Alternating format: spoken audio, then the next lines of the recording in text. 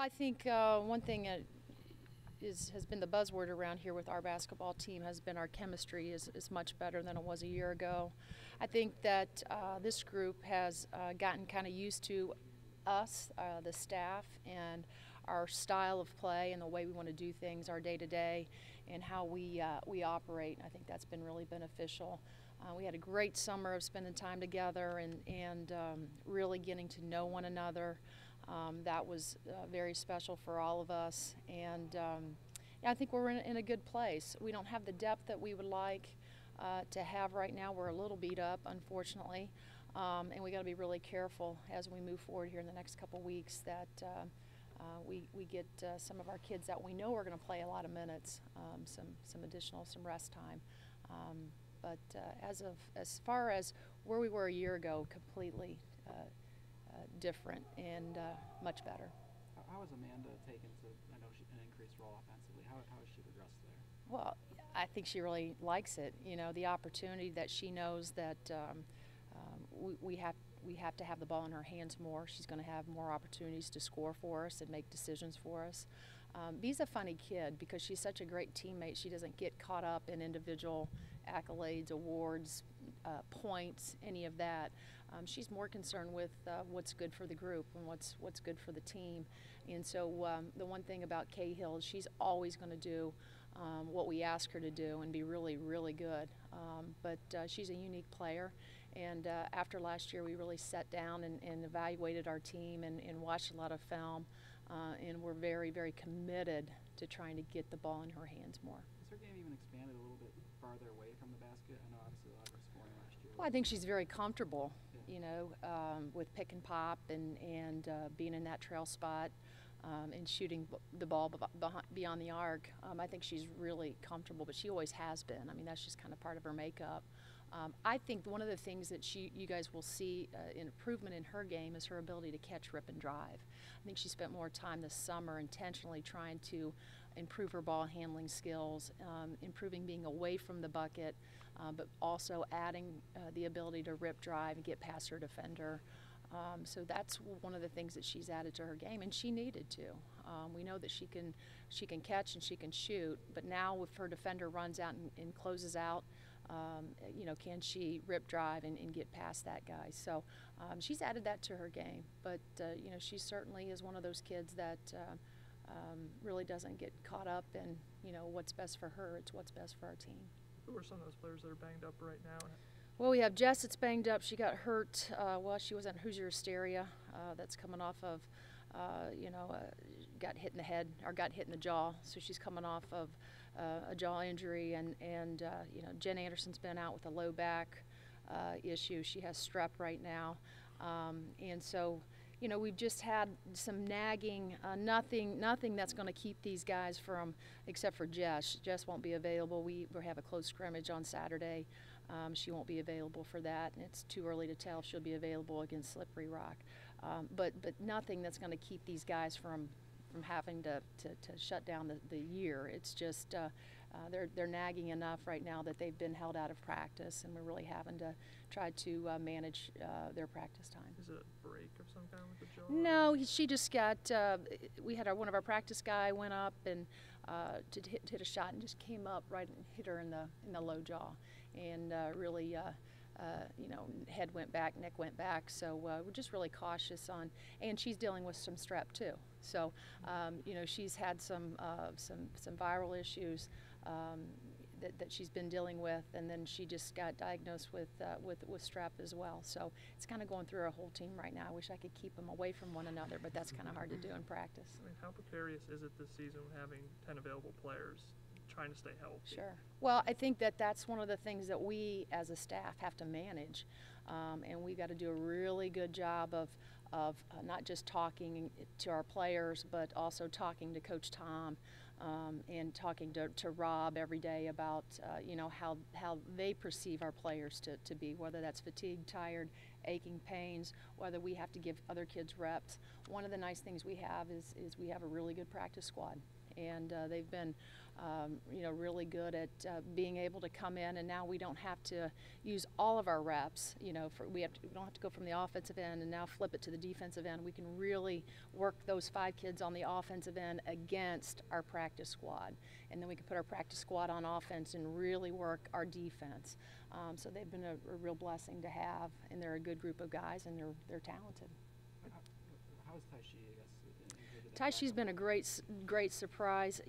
One of the things, I've said this early, I kind of knew what we were getting from the defensive end. I mean, she's really special on the ball, but I didn't probably give her enough credit on the offensive end and her ability to come off ball screens and really attack.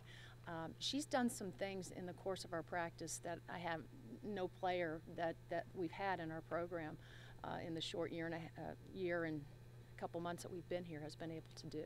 So I think she's going to show not only her ability to defend, but I think she's going to be a nice surprise for us on the offensive end as well. She can shoot it, but her coming off ball screen, she attacks. She's great in the open floor because she's so athletic. She's right now is just trying to get used to a system. And we're trying to play a little bit differently. We're trying to play faster, but we have completely overhauled our offense. So she's having to do some thinking as well. And when she gets comfortable in that, she's gonna really be good. What is the difference if fans are watching? What is going to be different so much about last year's offense? Well, we're getting rid of all the continuity of side-to-side ball screen stuff. We're going to play a lot at the high post, and that's where Cahill comes into play and play off her as much as we can. We are playing downhill. One of the things about Tyra Buss that was different from last year is that she wants to get it and go. She wants to get it and drive it as hard as she can, or she wants to hit ahead up to our wings. We've played with a 24-second shot clock. We've yet to put 30. Well, we scrimmaged a couple days ago with officials that we finally put a 30-second clock up. But up until that point, we were playing with a 24-second shot clock, really to get them going in transition. So we're going to play faster. The catch and all that will be if we can play faster and take care of the basketball. Defensively is the focal point, the on-ball defense, and kind of getting up in faces. I feel like that's kind of it's coming along. Like I said, we are far further ahead now than we were a year ago in terms of defense and how we value it, and our on-the-ball defense. Our talking has improved. Our weak side still has some room to grow. Our weak side help, but in terms of our ball pressure, in terms of us stopping the ball. With like Taishi and Tyra, there's not too, and again, I've seen a lot of kids, but they are really, really good on the ball. Taishi in particular. So she really gives us that defender that we know, with some of the opponents in the Big Ten, those great perimeter players, that we feel really good about, that she's going to be able to defend some of those kids. But it certainly starts with her ball pressure. We're going to see a lot of ball screens, and so we're playing ball screens similar, but we have a secondary way we're going to do that as well. And always, we continue to work on our ability to rebound the ball. What's it going to take to get your defense to where you ultimately want it to be? We're, like I said, we're really pleased, I think, with where we're at. We're never going to be completely satisfied. But one of the things that we're doing is we're more conscientious about that end of the floor than we were a year ago. Again, it was trying to get our kids to value that end of the floor and that side of the ball. And, I think that's one of the things that Taishi has brought. Tyra was always like that. And Jess Walters, always very aggressive on the ball. But I think collectively they figured it out, that this is something that's not going to go away anytime soon. That's always going to be a part of our being here at Indiana is how we defend. How has Kim kind of used her athleticism to transition to a Big Ten basketball player? Kim is going to be special, I think, when it's all said and done. She obviously is still a freshman, so she has her freshman moments where, she's thinking about the defensive end, but she's also thinking, okay, I got to go from defense to offense, and again, the some of the things we're trying to run on the offensive end require some thinking and reading. I shouldn't say thinking, more so it's reading the defense. And so she's had moments where she's certainly been good on the offensive boards. She's a terrific rim runner in transition. She has great hands. And she's been and that kind of stuff we already kind of knew about her. For her, it's just going to be getting comfortable. She's going to have to grow up pretty fast. We feel like here we go. You know, Jess Walters was a point guard in high school. Tyshee Towner, point guard at Wabash. So feel very, very comfortable about either one of those two kids being the secondary point guard when Tyra needs a break. Hopefully Tyra doesn't put herself in a lot of situations where she's in early foul trouble. So she's going to have to be really disciplined because it's going to be very important that she's on the floor, but also that we know she's going to log a lot of minutes. So we got to, again, manage that. And Tyshee and Jess, although that's not their natural position for us right now, we feel good about being able to slide either one of those two kids in that spot. Is off the ball, is Tyshee someone who could push the start, or is it someone like Jess, or who would kind of be the person next to them? It just depends, you know, right? And it's because here's what I do know: they're all going to play. Yeah. You know, when you have a short bench and you have, 10 kids, 9 kids, they're all going to play. It's just a matter of us trying to figure out the best rotation. Mm-hmm. And sometimes it's not your 5 best players. Sometimes it's the 5 best players that play the best together, you know. But we have to figure out the rotation and what makes sense. And even though, you look at Jess and Tyshee and say either one of those two kids could start, but what makes better sense if Tyra gets, in foul trouble, or Tyra gets, where do we want, her to get her rest? And what's the rotation off the bench? We take Tyra out, we slide Jess over to the point, we bring Tyshee into the wing, and then, we take Tyra back out, and so there's a lot of different scenarios we could look at. But here's what we got to figure out is the rotation is going to be really, really important. But most important is going to be Tyra's ability, because the kid can run forever. Okay, it's just her being disciplined on the defensive end to get into foul trouble. How much do you want to press this year? I mean, obviously with the limited. I think we're going to have to be really, really careful. I would tell you, I'd love to press for 40 minutes. We're not there yet, but we're going to pick and choose. I think we haven't gone away from how we want to play, and that's trying to be disruptive. And I think it's also trying to be hard to prepare for. Off of the free throw line, we're going to do something different. Out of a timeout, we're going to do something different. And so you don't necessarily have to press. You can keep teams off balance by them having to guess when you come out of dead ball situations or off the free throw line, well, what are they going to be in? And so that's kind of where we're at. We're not in a position where, unless we're down, will we just get into our press and try to cause commotion and disruption. Has conditioning changed at all with wanting to play a lot faster this year?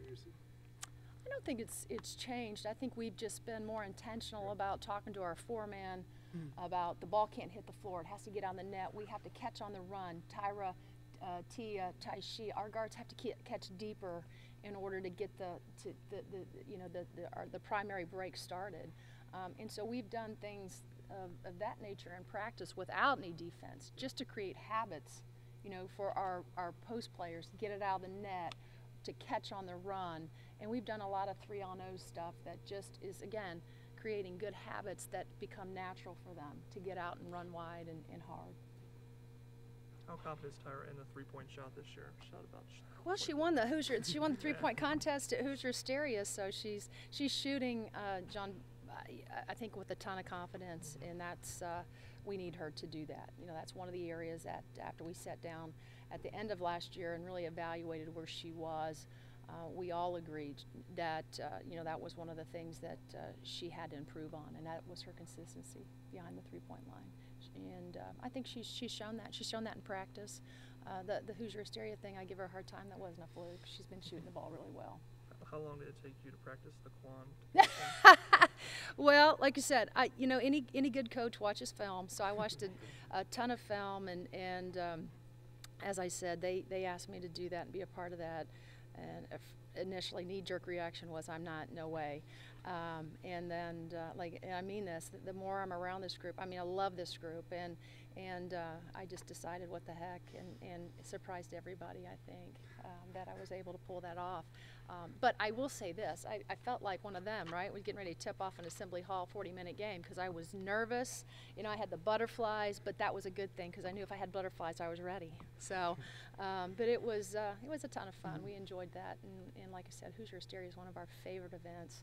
I thought it was a great night for not just our current players and their families, but we had a lot of visitors that were here in Assembly Hall from about 8 different states that got to see just how special Indiana is. Are you the only coach to hit the Quan? Well, you know, who knows? I don't know.